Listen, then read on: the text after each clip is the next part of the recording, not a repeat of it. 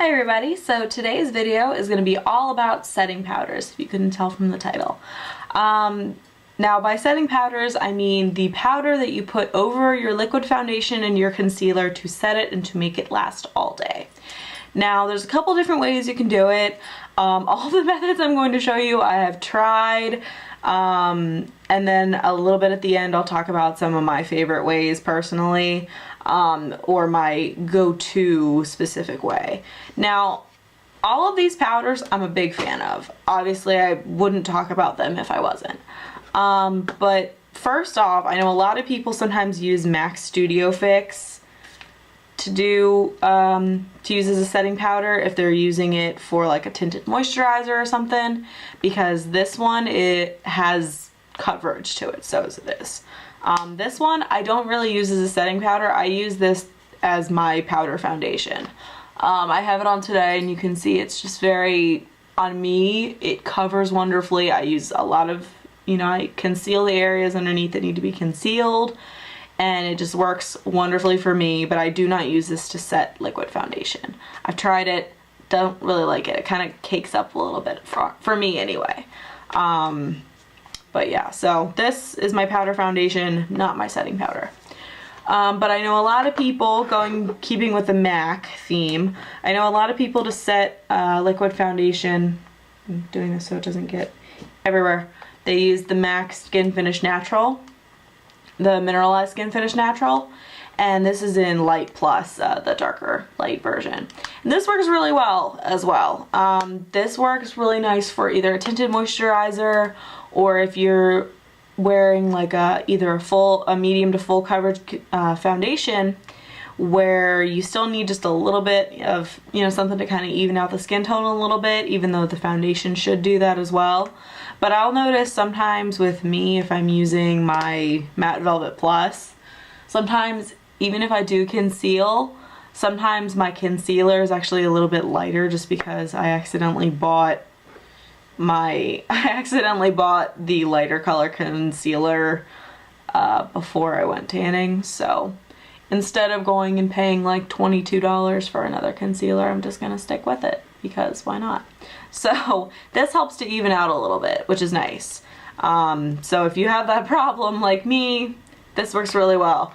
Going hand in hand with that, the Maybelline Instant Age Rewind setting powder, the protector powder, works very well. Important about this powder, this actually has SPF in it. It actually does smell a little bit like sunscreen, which is funny, but this has SPF 20 in it, and it's nice because, SPF 25, I'm sorry. This has SPF 25 in it, and it works very well. These two are basically the same product, only this one is cheaper, and this one has, I feel like this one has, I don't know if it's limited shades or not. Obviously I think with drugstore powders or foundations or something like that, you're taking a little bit of a gamble as far as colors go, but other than that, pretty much exactly the same. What I've really been another thing that a lot of people use sometimes is the e.l.f. Complexion Perfection Powder.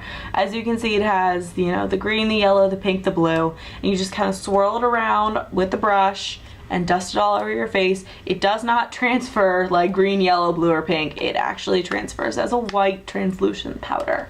And this helps to even out skin tone as well. The green obviously will help with redness, yellow with under eye circles, everything else. So this is really good as well, and this is like $3 from the e.l.f. website. My favorite one lately has been the Makeup Forever HD Foundation Powder. Well, the HD Setting Powder. Now, I usually take this little stopper out and be very careful when dipping it in because a little of this goes a very long way. This is amazing for setting foundation. I have put this on my face. My foundation has not gone anywhere throughout the day. The only thing that I do not like is, number one, the price. It's $17 for this tiny little thing, but you do get quite a lot of product and you do not have to use a lot of it. So this works very well. It lasts a very long time. I recommend it. The only thing is, this one has a very, very strong smell to it. Like, you almost have to hold your breath when using it because it's so It's just a potent smell. It does not smell very good at all. I don't know how to describe it. The other thing that I've been using sometimes is kind of a DIY face powder a little bit. You take the remnants of other compacts, like for example when your MAC powder foundation gets to be like that, and you scrape it out. And you can do this with multiple compacts, like if you have some sitting around. Take multiple compacts, scrape out, and then you mix it with silica powder, and then shake it up, you know, and it just makes a lighter version of your color foundation. And it absorbs oil, it just sets your foundation, it's lovely. And I've used this was just a container from like an old hair mask that I had.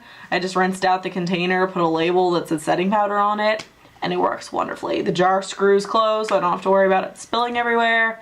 It's great, I love it. And I've used this sometimes over anything that I've just showed you. Like if I'm going out to dinner or something, I'll just dust a little bit of this over my face and I'll be good to go.